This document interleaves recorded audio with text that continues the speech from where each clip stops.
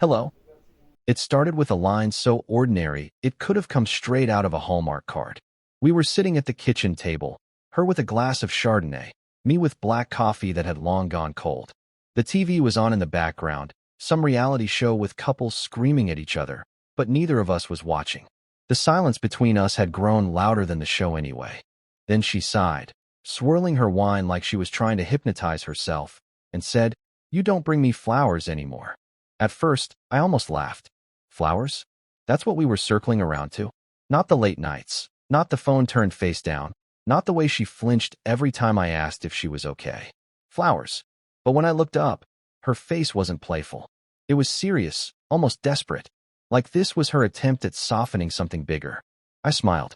Not the kind of smile you give when something's funny, but the kind of smile that comes when you've already accepted the storm that's about to hit. And I replied, "The flowers will be for the funeral of our love." She froze. Her wine glass hovered midair. Her mouth opened like she had a dozen words lined up, but none of them made it past her lips. For once, she was speechless. That silence stretched between us like a canyon.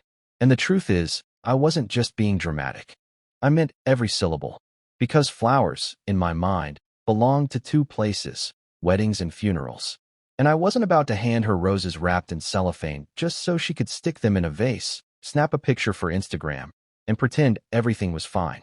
Our love, at least the version of it we'd been living, was already on life support. And she knew it. I leaned back in my chair, studying her. The woman I married had been full of fire, sharp, witty, sometimes exhausting in her energy, but always alive. Now, she looked like someone rehearsing a role she didn't even want to play. The glow was gone, replaced by that hollow restlessness I'd been noticing for months. Her fingers trembled around the stem of her glass. That's a cruel thing to say," she whispered finally. "Cruel?" I asked. "Cruel is pretending everything's fine while you're halfway out the door already. Cruel is making me wonder every night who you're texting while you turn away in bed. I'm just calling it what it is." Her eyes narrowed, but the guilt flashed before the anger. She tried to mask it, but I caught it. You can't hide that flicker when the truth lands too close. And here's the thing, I wasn't guessing. I'd seen enough breadcrumbs to know where the trail led. The late-night, work dinners. The sudden gym membership after years of claiming she hated treadmills. The way she laughed too hard at texts she never explained. I didn't have the smoking gun yet, but I didn't need it. My gut already had the evidence. She stood, pacing to the sink like she needed to put distance between us. Her back to me, she muttered. "You think you know everything." "No," I said, my voice calm, almost too calm. "I don't think I know. I know enough. Enough to recognize when flowers won't fix a damn thing." For a moment, she gripped the edge of the counter so tightly I thought the glass might shatter in her hand. And I sat there, silent, because I wanted her to feel the weight of those words. That was the night I realized something important. Love doesn't always die with a bang. Sometimes it dies quietly, in the spaces where flowers used to be, in the empty wine glasses, in the silences where laughter once lived. And sitting in that kitchen, with her back to me and my words hanging in the air like smoke, I knew.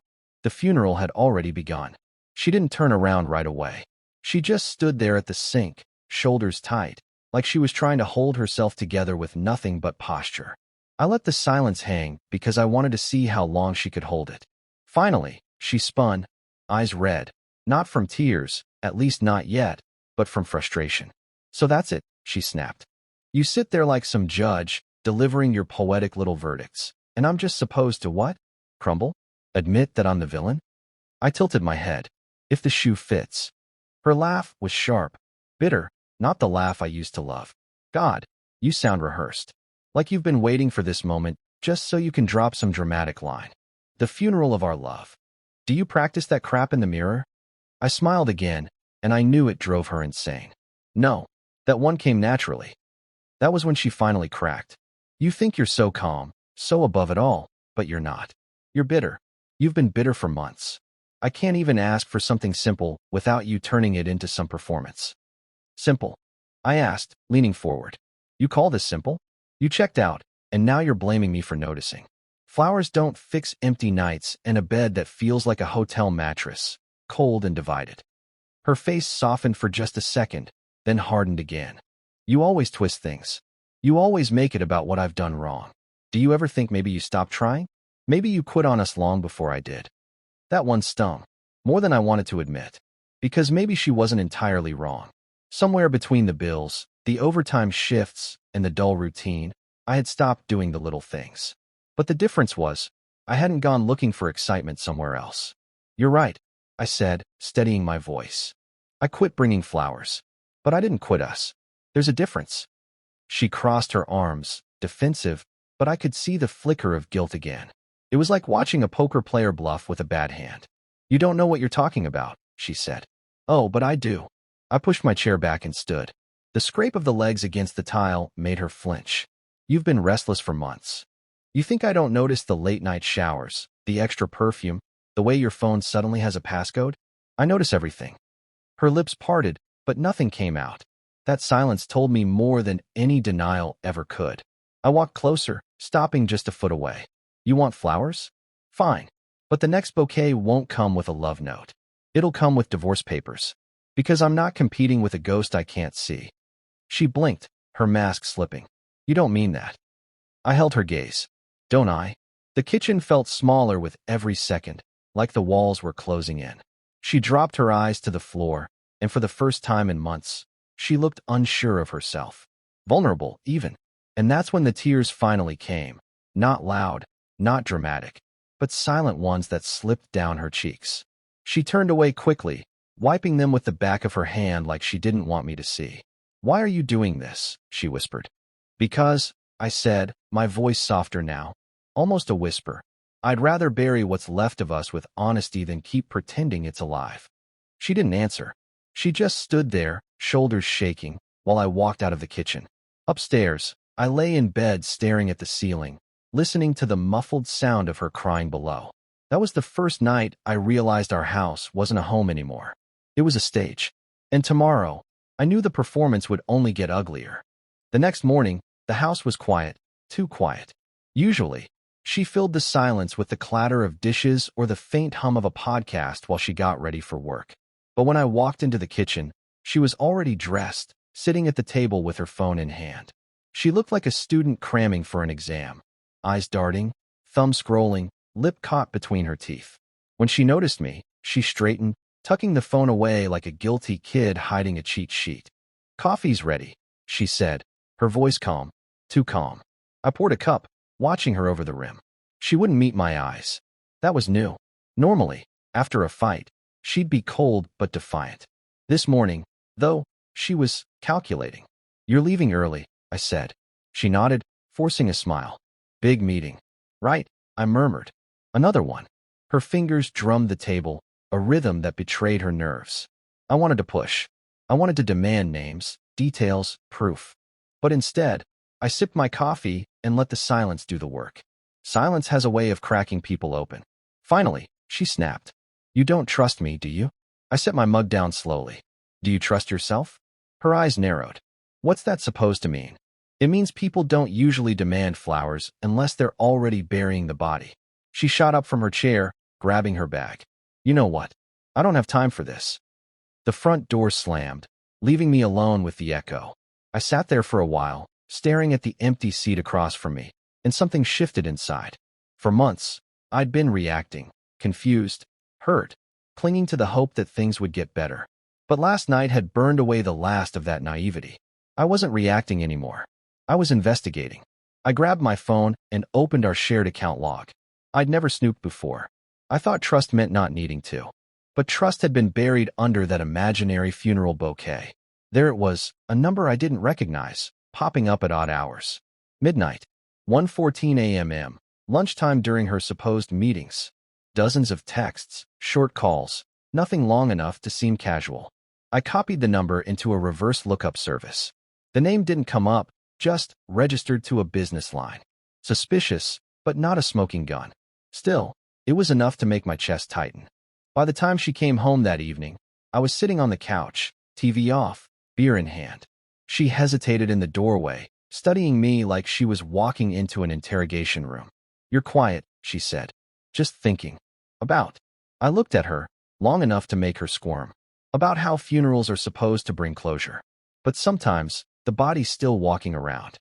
Her face drained of color, just for a second, before she forced a laugh. You really need to stop with the metaphors. You're starting to sound unhinged. Maybe, I said, taking another sip. Or maybe I'm just done pretending not to see what's right in front of me. She busied herself in the kitchen after that, but her hands shook when she opened the wine. I stayed in the living room, staring at my phone, staring at that unknown number.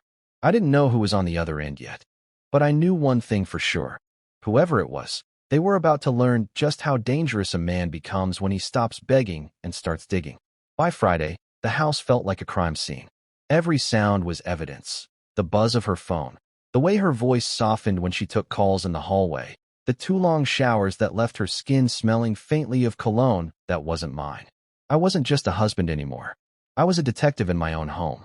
That morning, as she left for work, her phone buzzed on the counter. Reflex kicked in. I reached for it, but she snatched it up so fast you'd think it was a grenade. Expecting something important? I asked. She forced a smile, slipping it into her purse. Work stuff. Of course, I said, but the way she avoided my eyes told me everything. As soon as the door shut behind her, I opened my laptop. The unknown number from earlier was still eating at me. I ran it through another lookup service, one with deeper records. Nothing concrete, just a city 2 towns over. That was enough.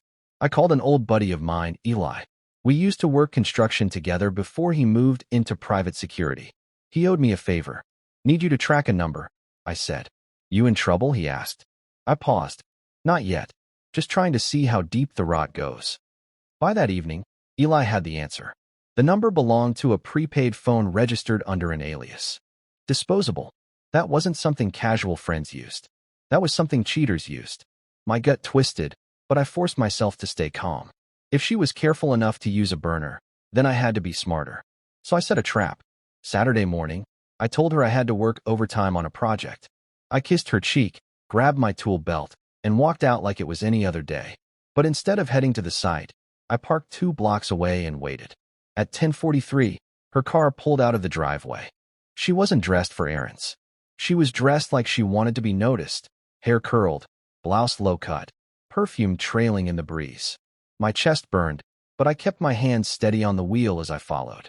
She drove out of town, not toward the mall or her office, but to a little cafe I'd never seen before, tucked off a back road.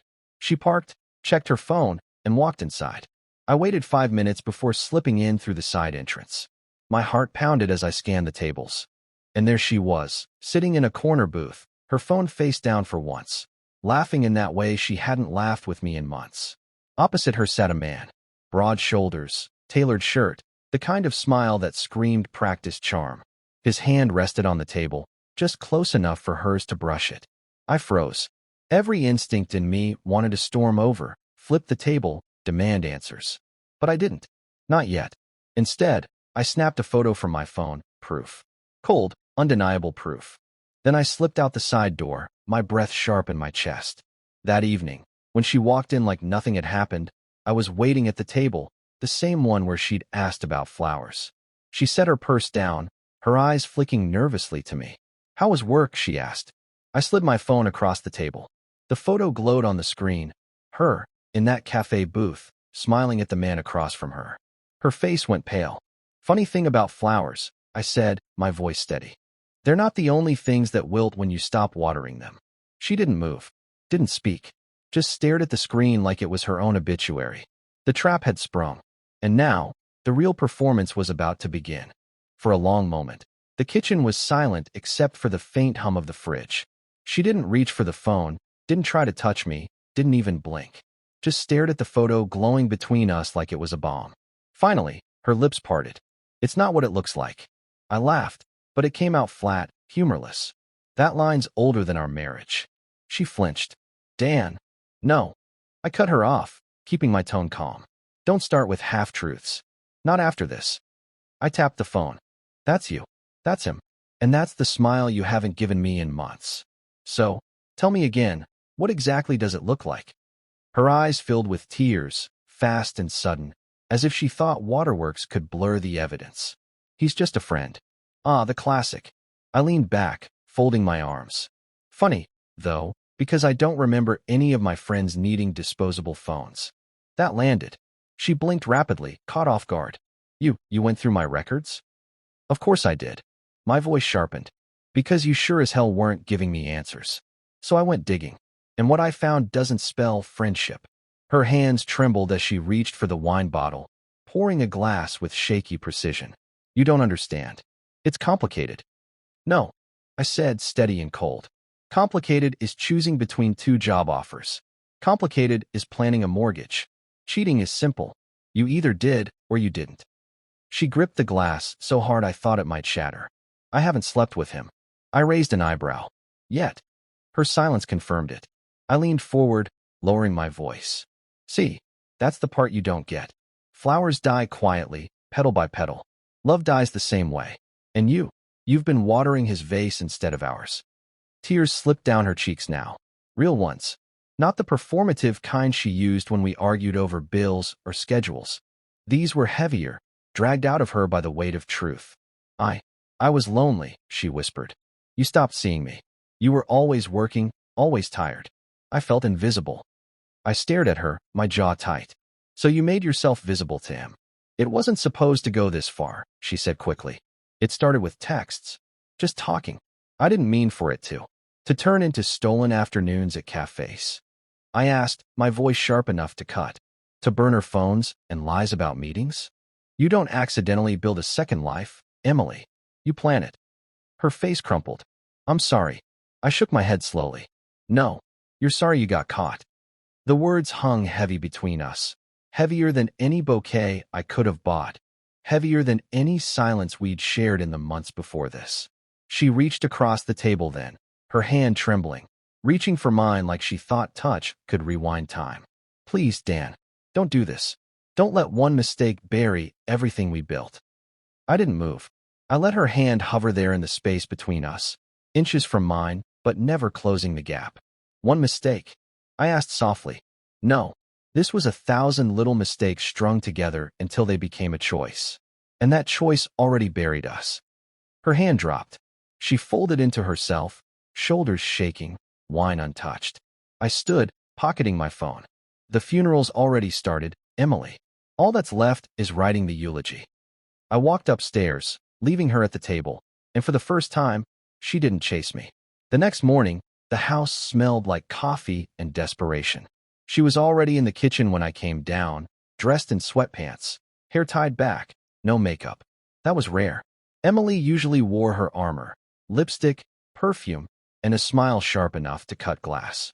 But today she looked small. She slid a mug toward me. I made it how you like. I stared at it, then at her. You think coffee makes up for lies?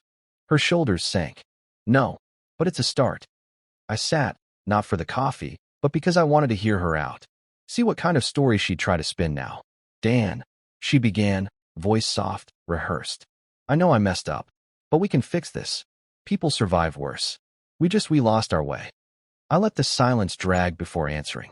You didn't lose your way. You took a detour with him. Her lips trembled. It wasn't about him. It was about me. I felt empty, and I filled it with something I shouldn't have. But I don't want him. I want us. I raised an eyebrow. You want us now that you're caught. Her eyes brimmed with tears. Please, don't throw this away. We can try counseling. A reset. Date nights. Flowers if you want. I'll do whatever it takes. There it was, the bargaining stage. Flowers, counseling, promises that sounded like clearance sale vows. But I'd seen this play out before, not in my own life, but in others. A buddy of mine went through the same cycle, betrayal, tears, counseling, promises, and 2 years later, his wife left anyway, this time for good. You're not scared of losing me, I said slowly. You're scared of losing the life we built. The house, the comfort, the image, the idea of us. She shook her head furiously. No, that's not true. Isn't it? I leaned forward. If I stripped all that away, if it was just me, a couch, and a steady paycheck, would you still fight this hard? Or would you already be gone? Her silence told me more than her words ever could. I pushed back from the table. See, that's the problem. You don't love me. You love what I represent. Safety. Stability. But when you wanted excitement, you went searching somewhere else. And now you want me to play both roles, provider and entertainer. That's not a marriage. That's a circus. She reached for me, tears spilling. Don't say that. Don't talk like we're already over. I stood. We've been over since the moment you turned to someone else instead of me. Her sobs followed me into the living room. I grabbed my jacket, ignoring her calls as I opened the door. The cool air hit me like a reset button. For the first time in months, maybe years, I felt steady. But steady didn't mean certain. Because the truth was, a small part of me still remembered who she used to be. The woman who danced barefoot in the kitchen, who wrote notes in my lunchbox, who once swore forever under an oak tree with tears of joy in her eyes. The funeral of our love might have already started. But standing there on the porch, staring out at the quiet street, I couldn't help wondering. Was there still a chance to stop the burial? Or was I just clinging to a ghost? I didn't come home until late that night. I drove aimlessly, headlights carving through streets I barely recognized, letting the radio play songs I wasn't hearing. By the time I walked back through the door, the house smelled faintly of lavender candles. She was waiting on the couch, tissues on the coffee table, mascara smudged like she'd been rehearsing grief. You came back, she whispered. Of course I came back, I said flatly. This is still my house. Her eyes shimmered with a hope I didn't share. We can fix this, Dan. Please. I'll go to therapy. I'll delete his number. I held up a hand. Stop. Words don't mean anything right now. You want to prove you're serious? Then show me. She blinked. How? Call him, I said. Right now? In front of me. End it. Her mouth opened, then closed again. She looked at her phone on the coffee table like it was a snake about to strike. Dan, it's late. Perfect time, I cut in. No rehearsed speeches. Just the truth. Tell him it's over. Her hands shook as she picked up the phone, scrolling to the hidden contact. She hovered over the call button, then looked up at me, tears brimming. Do you really need this? Yes, I said. Because I need to know who you're choosing when it's not convenient. She pressed call. The ringing filled the room, heavy and tense. Then a man's voice, muffled but clear enough. Hey, you okay? Her lip quivered. She looked at me once, then at the floor. I can't do this anymore. Don't call me again. And before he could respond, she ended the call. She dropped the phone like it burned her, collapsing into sobs. There. Happy now? I didn't answer. Because something about the performance felt wrong. Too clean. Too rehearsed. Like she'd practiced this line for when I inevitably pushed her into a corner. You're not crying because you ended it, I said quietly. You're crying because you didn't want to. Her sobs stuttered into silence. She wiped her face with trembling fingers, unable to meet my eyes. That was all the answer I needed. I stood, pacing the living room. See, this is what I mean.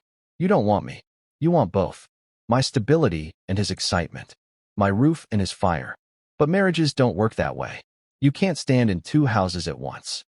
She rose, crossing the room, grabbing my arm like a drowning woman clinging to driftwood.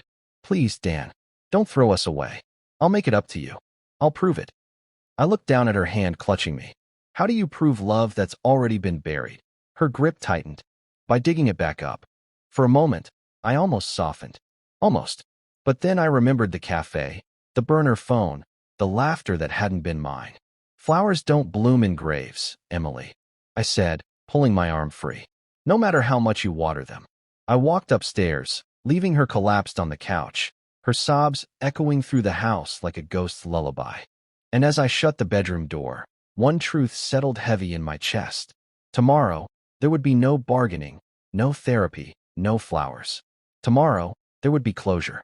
Morning light crept through the blinds, pale and cold.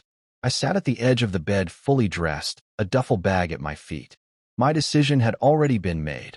All that was left was execution.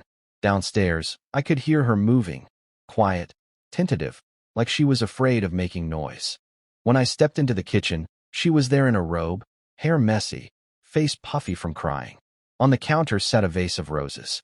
Red, freshly bought, petals still damp from the store's misting machine. You brought flowers, she said softly, almost like a child hoping for forgiveness. I shook my head. No, you did. Her eyes flicked to the bouquet, then back to me.